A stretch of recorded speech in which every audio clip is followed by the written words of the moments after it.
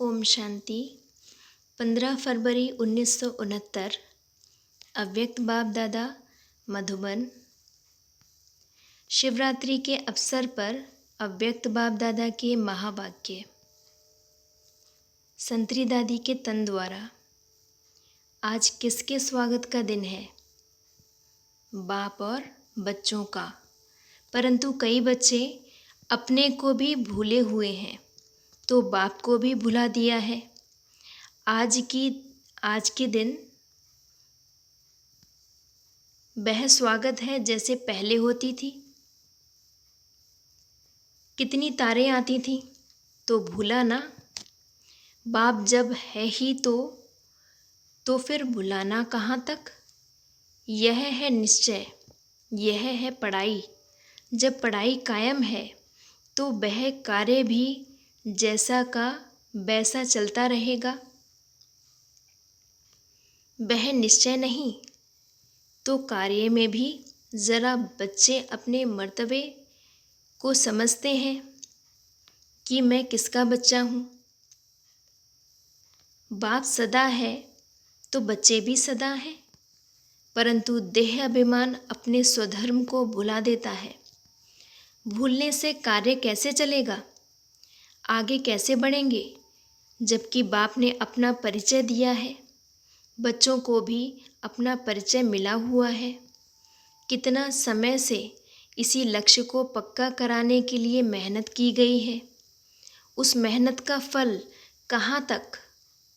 सिर्फ याद कराने के लिए यह कह रहा हूँ। मुरली तो चलानी नहीं है, सिर्फ बच्चों से मिलने आया हूँ। बच्ची ने कहा, बहुत याद कर रहे हैं बाबा, आप चलेंगे तो रिफ़्रेश करेंगे। रिफ़्रेश तो हो ही अगर निश्चय है तो। फिर भी बच्चों से मिलने के लिए आना पड़ा, थोड़े समय के लिए। सोमान की स्मृति दिलाने के लिए आए हैं। बच्चे सदैव अपने को सौभाग्यशाली समझें। सदा सौभाग्यशाली उनको कहा जाता है जिनका बाप, टीचर और सद्गुरु से पूरा कनेक्शन है, पूरी लगन है। कन्या की सगाई के बाद क्या होता है? पति के साथ लगन लग जाती है, तब उनको कहते हैं सदा सुहागिन। परंतु वह कहाँ तक सुहागिन है?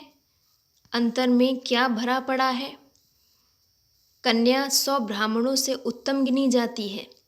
सगाई करने के बाद अशुद्ध बनने कारण आंतरिक अभागिन है। यह किसको भी पता नहीं है, बाप ही बतलाते हैं। सदा सुहागिन कौन है? सदा के लिए परमात्मा से पूरी लगन रहे, वो सदा सुहागिन है। यह तो अभी पढ़ाई का समय है। बाप अपना कर्तव्य कर रहे हैं, डायरेक्शन देते पढ़ाते हैं। जब तक पढ़ाना है पढ़ाते रहेंगे। विनाश सामने खड़ा है, उसका कनेक्शन बाप के साथ है। ऐसे मत समझो बाप की जुदाई है। जुदाई भी नहीं, विदाई भी नहीं। जब तक विनाश नहीं तब तक बाप साथ है। वतन में बाप गया है कोई कार्य के लिए। समय अनुसार वह सब कुछ होता रहेगा। इसमें ना कोई विदाई है ना जुदाई। जुदाई लगती है? तुमने विदाई दी थी, अगर विदाई दी होगी तो जुदाई भी होगी। विदाई नहीं दी होगी तो जुदाई भी नहीं होगी। यह ड्रामा के अंदर पार्ट चलता रहता है। बाप का खेल चल रहा है, खेल में खेल चलता रहेगा। आगे तो बहुत ही खेल देखने हैं। इतनी हिम्मत है? जब हिम्मत रखेंगे तब बहुत देखेंगे। आगे बहुत कुछ देखना है, परंतु कदम को संभाल कर चलाना है। अगर संभल कर नहीं चलेंगे तो कहाँ खड्डा भी आ जाएगा, एक्सीडेंट भी हो पड़ेगा। बच्चों से मिलने के लिए थोड़े समय के लिए आया हूँ।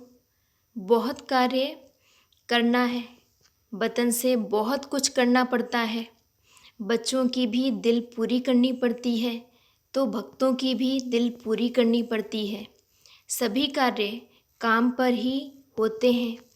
बाप का परिचय मिला, खजाना, लॉटरी मिली। अभी बच्चों की सर्विस पूरी की, वतन से अभी सबकी करनी है। बच्चे सगे भी हैं तो लगे भी हैं, सर्विस तो सबकी करनी है। सवेरे भी आकर दृष्टि से परिचय दे दिया। दृष्टि द्वारा सर्चलाइट दे, सभी को सुख देना बाप का कर्तव्य है। अभी तो सभी को म्यूजियम की सर्विस करनी है, सबको बाप का परिचय देना है।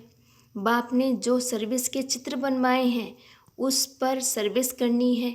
अंगुली देने से पहाड़ उठता है ना, यही गायन है। गोप गोपियों ने अंगुली से पहाड़ उठाया, अंगुली नहीं देंगे तो पहाड़ नहीं उठेगा।